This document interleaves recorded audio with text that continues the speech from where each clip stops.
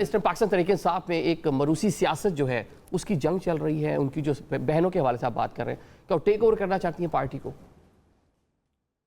میرا خیال ہے کہ پاکستان تحریک انصاف میں مجھے نکالے جانے کی ایک وجہ یہ تھی کہ میں موروثی سیاست کے خلاف تھا۔ وہ تو خان صاحب بھی تھے۔ خان صاحب بھی تھے، لیکن خان صاحب کے جو معروضی آلات ہیں، جو جیل میں نظر بند ہیں، اس کا انتہائی ناجائز فائدہ لوگوں نے اٹھایا ہے۔ خان جس دن باہر آ گیا، دودھ کا دودھ پانی کا پانی ہو جائے گا، لیکن اس کی قید و بند کو مد نظر رکھتے ہوئے کچھ لوگوں نے جو ہیں وہ چیزیں شروع کر دی ہیں جس کا خان نے کبھی تصور بھی نہیں کیا تھا۔ تو خان صاحب کو علم نہیں ہے؟ جیل میں ملاقاتیں ہوتی ہیں، آپ ملتے رہے اور لوگ ملتے ہیں، بتاتے نہیں ہیں کہ باہر چل کیا رہا ہے؟ دیکھیے، جب ہماری ملاقات ہوتی تھی خان صاحب سے، میں بتا دوں طریقہ واردات کیا ہوتا ہے۔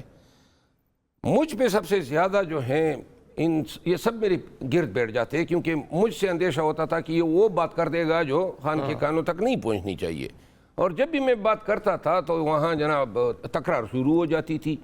خان کے کانوں میں صرف مخصوص لوگ ہی بات ڈال سکتے ہیں، لیکن 6-7 لوگ ملتے ہیں، وہی 6-7 لوگ 2 سال سے خان سے مل رہے ہیں، نئے لوگ جو بھی آتے ہیں وہی 6-7 ان کے گرد بیٹھے ہوتے ہیں۔